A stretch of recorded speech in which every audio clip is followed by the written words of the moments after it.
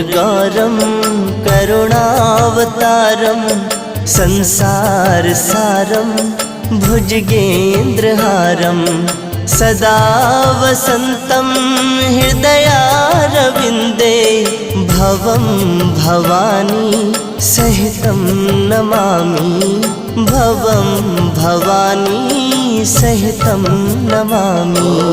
कर्पूरगौरं